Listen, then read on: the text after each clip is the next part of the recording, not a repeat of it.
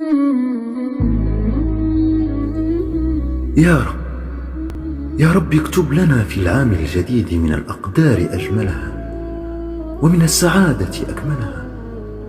يا رب اجعله عاما يغير أحلامنا إلى واقع، عاما يحمل فيه الفرح والسعادة كل عام وقلوبنا بالحب أرقى.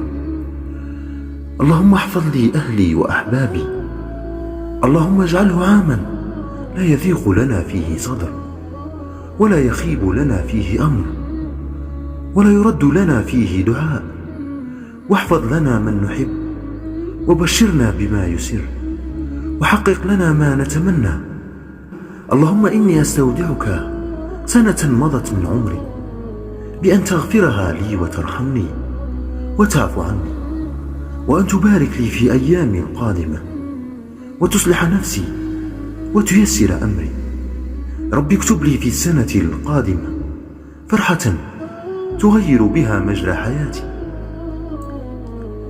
اللهم في آخر يوم من هذا العام سر خواطرنا بخبر جميل، وعافي كل مريض، وارحم كل ميت، واشرح صدورنا، إنك على كل شيء قدير.